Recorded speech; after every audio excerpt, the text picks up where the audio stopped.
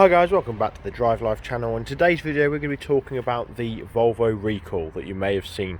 Volvo are going to be recalling 2.2 million cars worldwide, 170,000 in the UK. So in today's video we'll be telling you what cars are affected, so that you guys know if you need to take your car in. You should get a letter eventually, and what the issue is. So let's get started. So we'll start by listing the cars that are affected. Now what I'm going to do is I'm going to stick the years as text on the video, and I'll stick a picture of the car up as well, and I'll just talk you through the cars that are affected. So the first one is going to be the Volvo S80, the P3 generation. Then it's probably going to be the S60, which again is the P3 generation.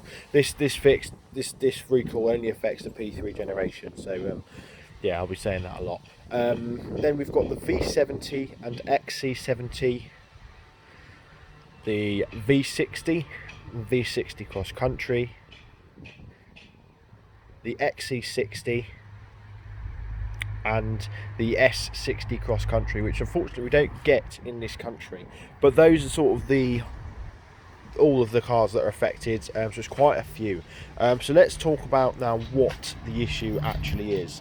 And I've done a lot of reading on the Volvo website, and essentially what Volvo have done is they test their cars over and over again, even when they're old like this. This is obviously an 11-year-old car. They keep testing things and keep testing things so that when something goes wrong they can fix it straight away. It's part of Volvo being a safety conscious brand. So we'll take you around, have a look at what the main culprit is. Now, like I said, you will be getting a letter from Volvo regarding this. Excuse the horrendous mess in the car, but what it is essentially this part here. What happens is over time this can get bent over if you're leaning into the car, or getting into the car.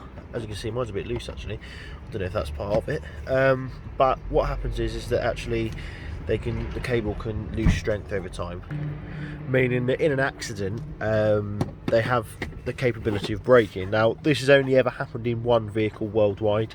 Volvo do stress that actually the likelihood is of it happening on your vehicle is going to be absolutely fine. But essentially, yeah, there's a cable in here, a steel cable, that mounts the seat belt to the chassis, and it is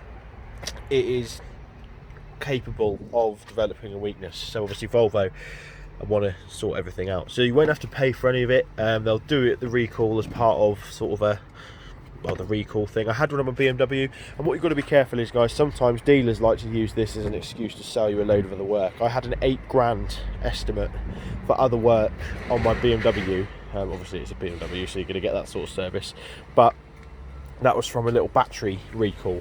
So there will be an opportunity for dealers to try and get more money off you, but you don't have to take any of that work.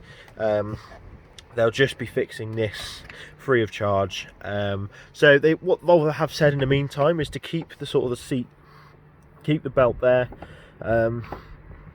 which mine naturally goes that way anyway, which is a good sign. It probably means that there isn't any issue. So when you sit in, you're not bending it over like that, because that's what's causing the stress on the cable. So just keep your seat belt sort of tucked away up the side until you put it on. But yeah, guys, so any issues, let me know. If you've got any other questions regarding the recall, just stick them down in the comment section below, or message me on Instagram at drivelife.volvo. I'll include a link in the description below, which takes you to the Volvo information page, where they'll tell you everything about it. But UK drivers, you should be getting a letter from the DVSA soon, in conjunction with Volvo, where they'll be saying, look, this needs to be done, and they'll do it for you free of charge. So yeah, that's it, guys. Thanks for watching. Don't forget to like, comment and subscribe, and I'll see you in the next video. Cheers.